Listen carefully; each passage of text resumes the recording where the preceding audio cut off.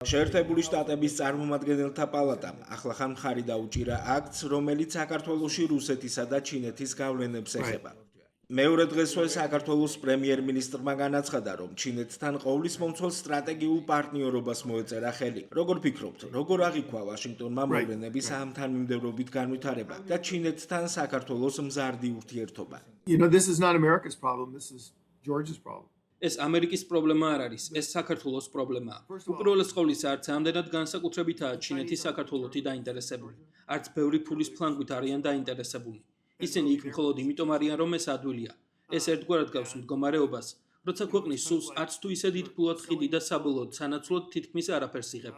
საბოლოო ჯამში ჩინეთი საქართველოსთვის არაფერს გააკეთებს. მათ რუსებისთვის თავი არ დაუდევთ უკრაინასთან ომში, თავი არ დაუდევთ ირანელებისთვის ირანის ომში.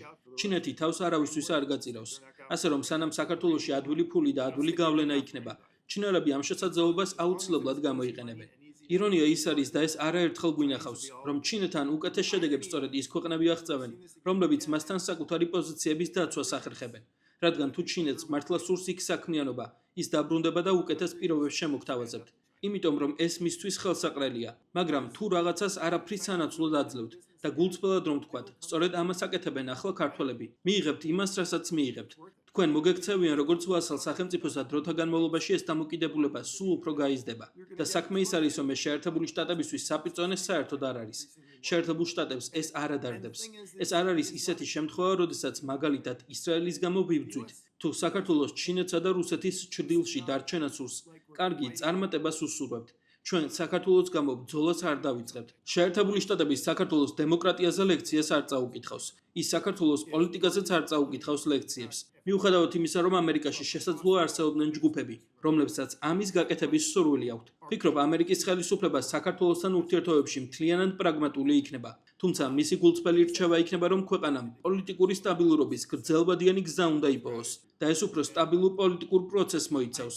მაგრამ როგორ მიაღწევთ ამას, ეს ნამდვილად ქართულ ხალხზეა დამოკიდებული. მაგრამ ჩემი გულწრფელი აზრია, რომ საქართველოს მსონი იმაზე დადო, თუ საით წავიდო და მსოფლიო და ვინ იქნებოდნენ მისი ძლიერი მეგობრები და ვფიქრობ, ეს მსონი არასწორი აღმოჩნდა.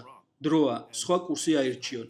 ჩინეთის ან რუსეთის წინაშე ქედის მოხრა, ან ამერიკელების შეურაცხყოფა არსად მიგიყვანთ. თუ არ ჩავთვლით იმას, როგორც ერთ country სიმღერაშია ნათქვამი, კიდევ ერთი დღით დაბერდებით და კიდევ უფრო მეტ ვალში აღმოჩნდებით. Another day older and deeper in debt, as the country western song goes.